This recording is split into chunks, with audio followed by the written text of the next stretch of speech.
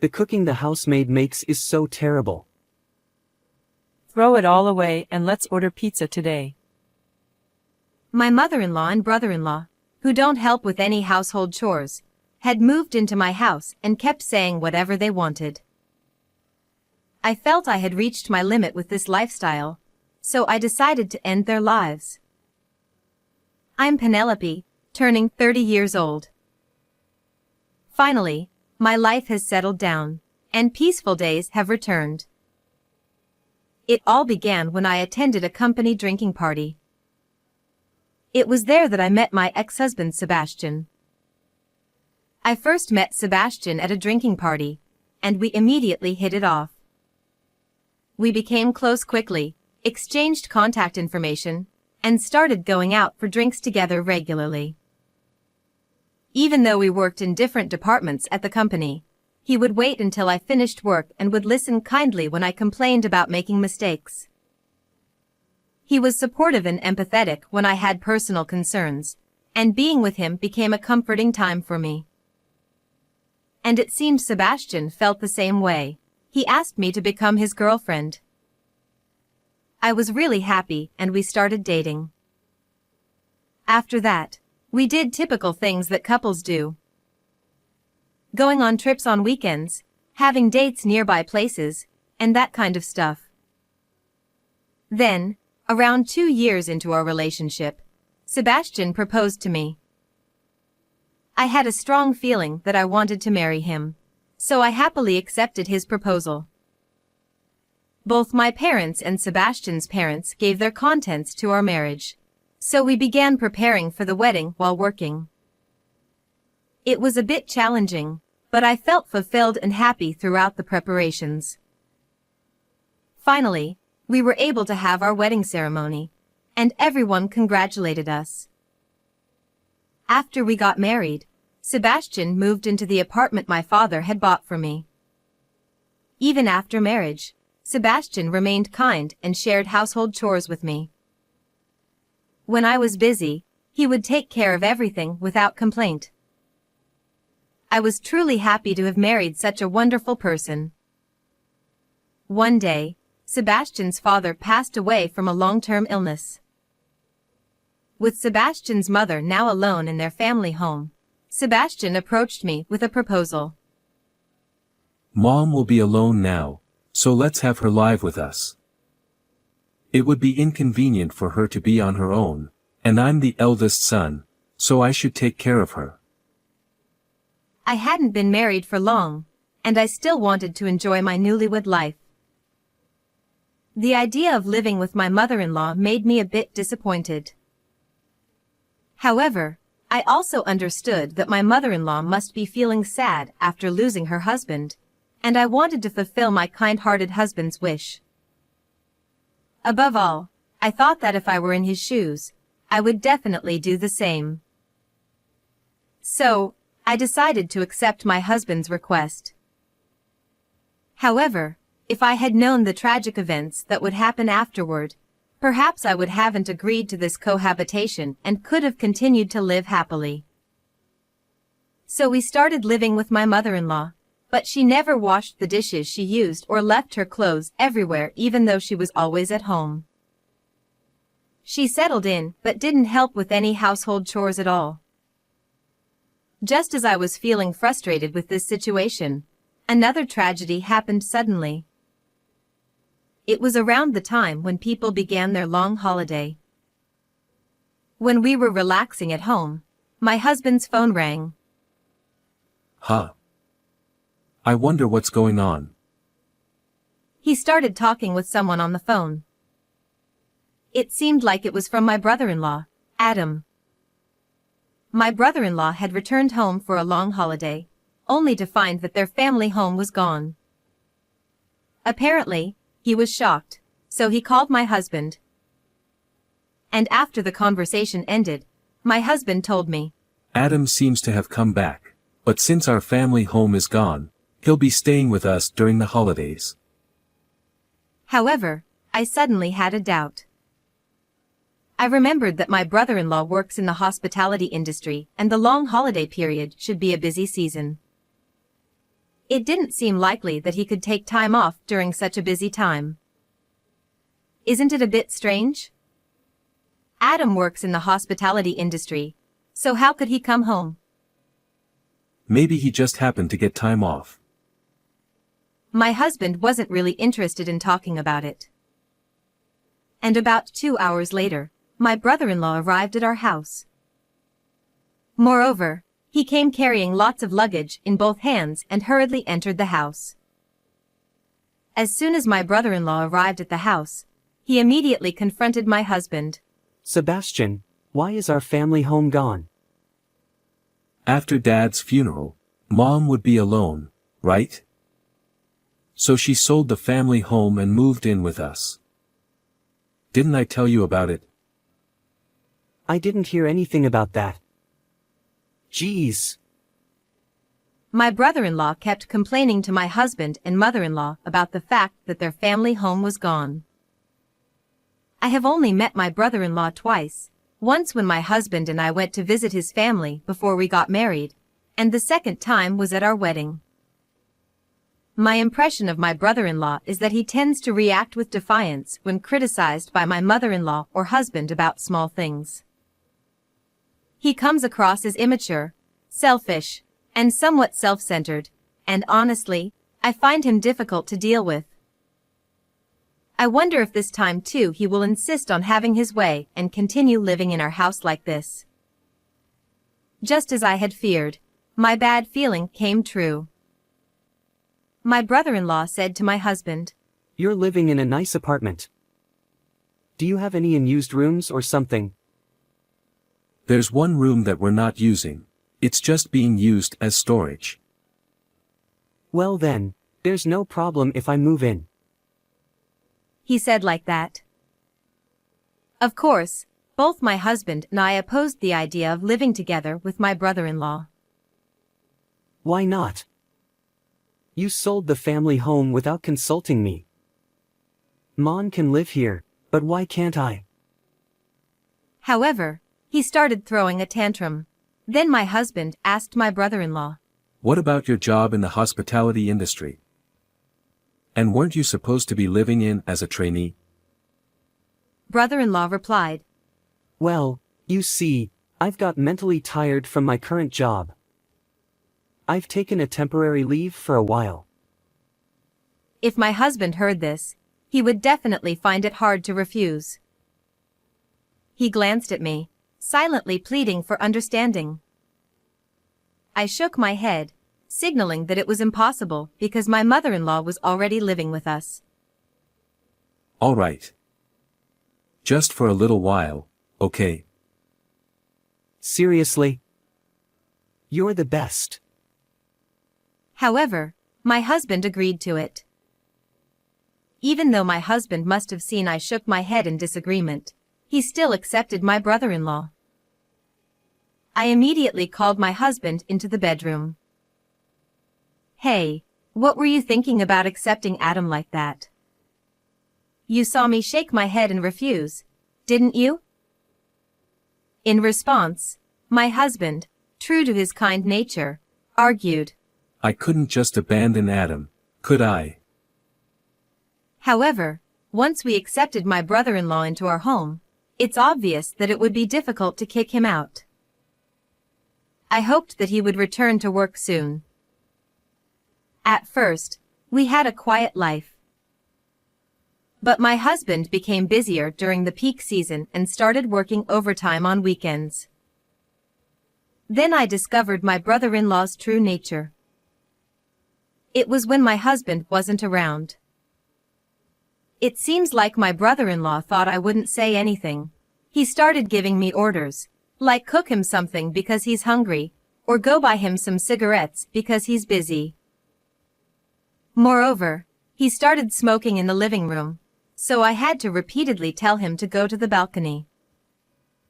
Whenever I pointed it out, he would make a very displeased face. You're just my brother's wife. Don't tell me what to do. He made sarcastic remarks.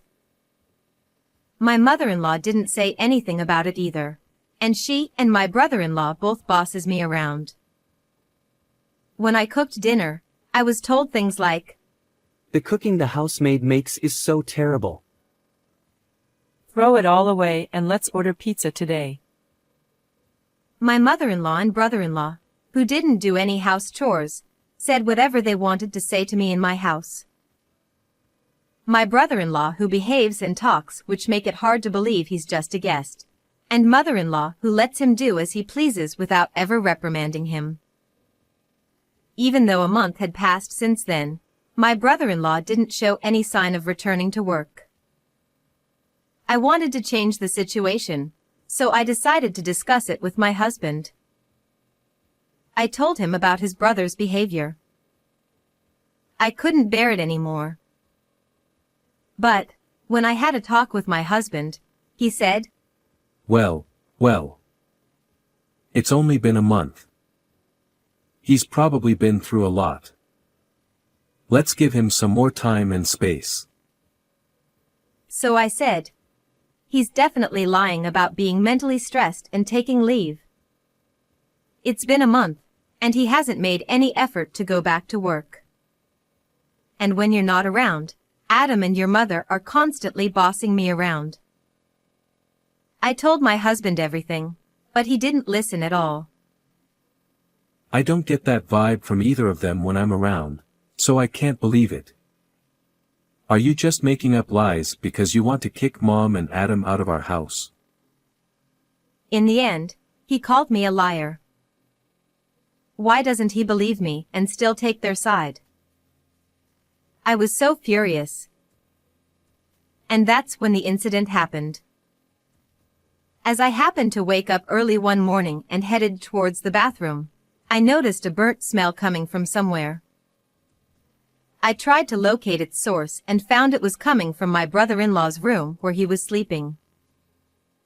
I hurriedly opened the door, only to find my brother-in-law had been smoking in bed, and it seemed the cigarette had not been extinguished. There was a burnt spot on the mat where it had fallen. I rushed to get water and managed to extinguish the fire, and I woke him up and yelled at him as I couldn't hold my anger any longer. What were you thinking? I've told you many times not to smoke inside the house.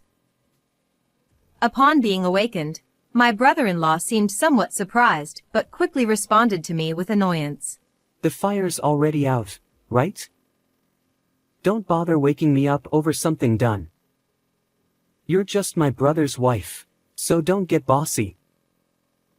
I couldn't stand him anymore. You know what? You're lying about being mentally stressed and on leave, aren't you? You keep going against everything I say and throwing tantrums like a child. Have some awareness that you're just a guest here. If my husband hadn't allowed it, there's no way I would have let you live here. I let it all out. Upon hearing the commotion, my mother-in-law and husband intervened. Hey, Penelope. What's this all about?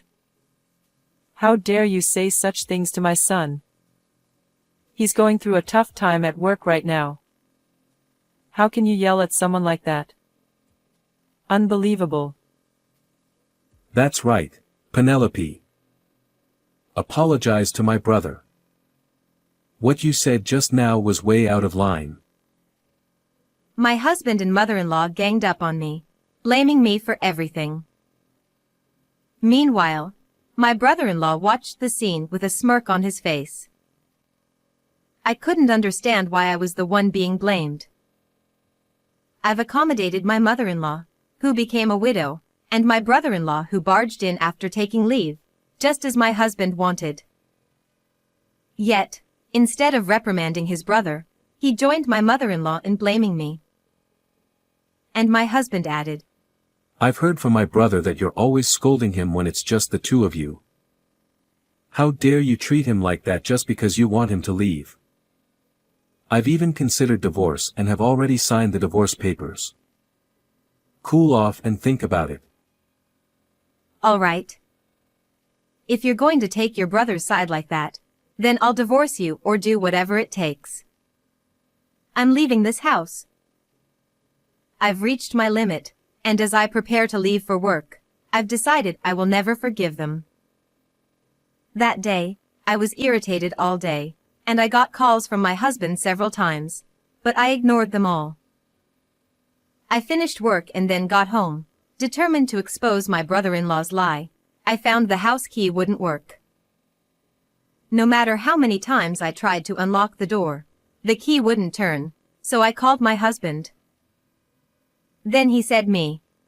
I've changed the locks at home, so don't bother coming back. Reflect on your actions, and if you're truly sorry, I might let you back in. I'm considering divorce, so think carefully about your next steps. Furious that it seemed like I was being blamed, I called my parents. My parents said I could stay with them until this situation settled down, so I told them all the details. Upon hearing this, my father became furious. Unbelievable. I'll make sure they regret this. He then made a phone call to someone. Shortly after, a lawyer whom my father had presumably called arrived at the house. Afterwards, my father and the lawyer discussed matters regarding the apartment he had bought for me.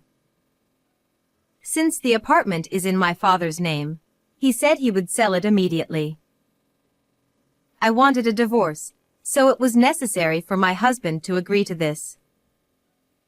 However, he had already signed the divorce papers, so there didn't seem to be any issue with that. It would take a week for my father's apartment sale to be completed, so until then, I commuted to work from my parents' house.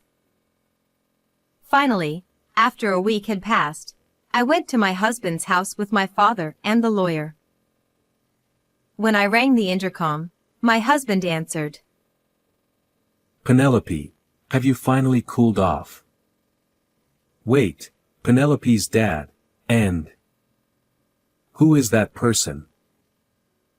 As I explained, I had brought my father and the lawyer with me. My husband became flustered. We entered the living room and got straight to the point. I want you to leave this house right now. What?